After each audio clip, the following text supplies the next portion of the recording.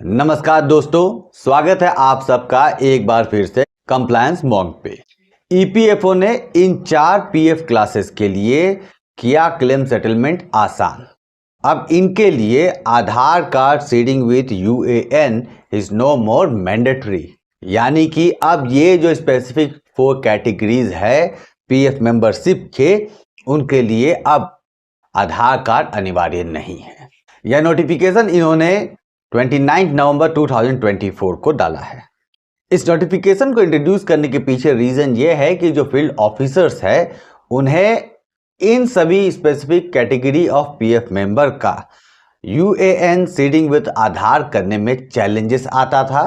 वो इनका आधार सीडिंग नहीं कर पा रहे थे, जिसके चलते इनकी जो क्लेम्स है वो सेटलमेंट नहीं होता है और साथ ही साथ इन सभी specific categories of PF member का लगातार इनके ऊपर ग्रीवांसेस रेज किया जाता था।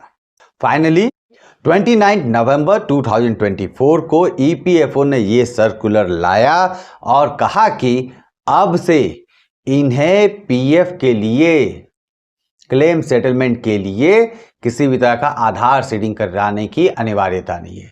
जानते हैं कि ये कौन एम्प्लॉइज है।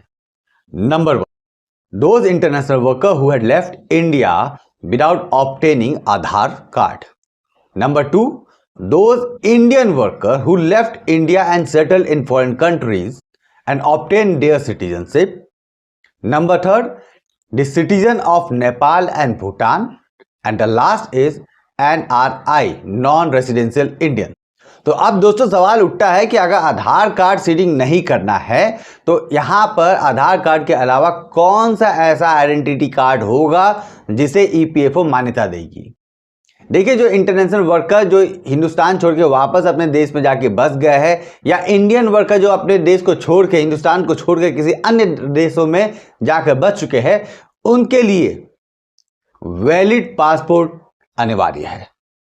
एवं जो सिटीजन है नेपाल एवं भूटान के, उनके लिए अनिवार्य है कि वो अपने देश का सिटीजनशिप आइडेंटिफिकेशन सर्टिफिकेट या अन्य रिलेवेंट डॉक्यूमेंट, जैसे उनके देश का बैंक का डॉक्यूमेंट्स या वोटर आईडी व्हाटएवर, वैसा डॉक्यूमेंट प्रोड्यूस करे in place of Aadhaar card.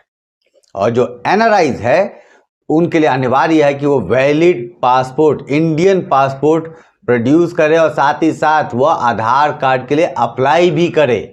और इसी के साथ साथ एनआरआईज के जो रेसिडेंशियल कंडीशन ऑफ 182 डेज की जो मैंडेटरी मापदंड था उसे अब हटा दिया गया है, यानी कि एनआरआईज के लिए 182 डेज का रेसिडेंशियल होना अनिवार्य नहीं है। तो ये 4 विशेष कैटेगरीज ऑफ पीएफ मेंबरशिप है जिनके लिए अब ईपीएफओ ने फिजिकल क्लेम के द्वारा क्लेम सेटलमेंट कर दिया है आसान। तो ये वीडियो उन लोगों के साथ शेयर कीजिए जिसे इसकी आवश्यकता हो सकती है। फिर मिलते हैं अगले किसी वीडियो में, तब तक के लिए जय हिंद, जय भारत।